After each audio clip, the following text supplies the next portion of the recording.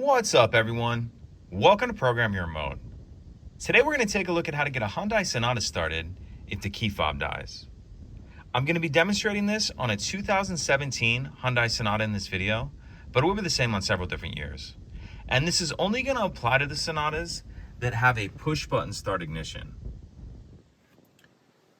So I've taken the battery out of this key fob to demonstrate. As you can see, none of the buttons are working. If I try to start the vehicle, as I normally would, I'm gonna get a message here saying key not detected.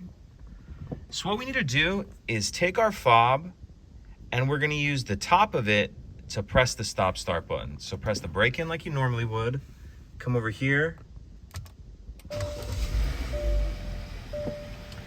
and that's it. And then you'll just need to replace the battery in your key fob as soon as you can. If you have any questions, please let me know. If you could take a second to like and subscribe, it helps us out, and I'd appreciate it. Thank you.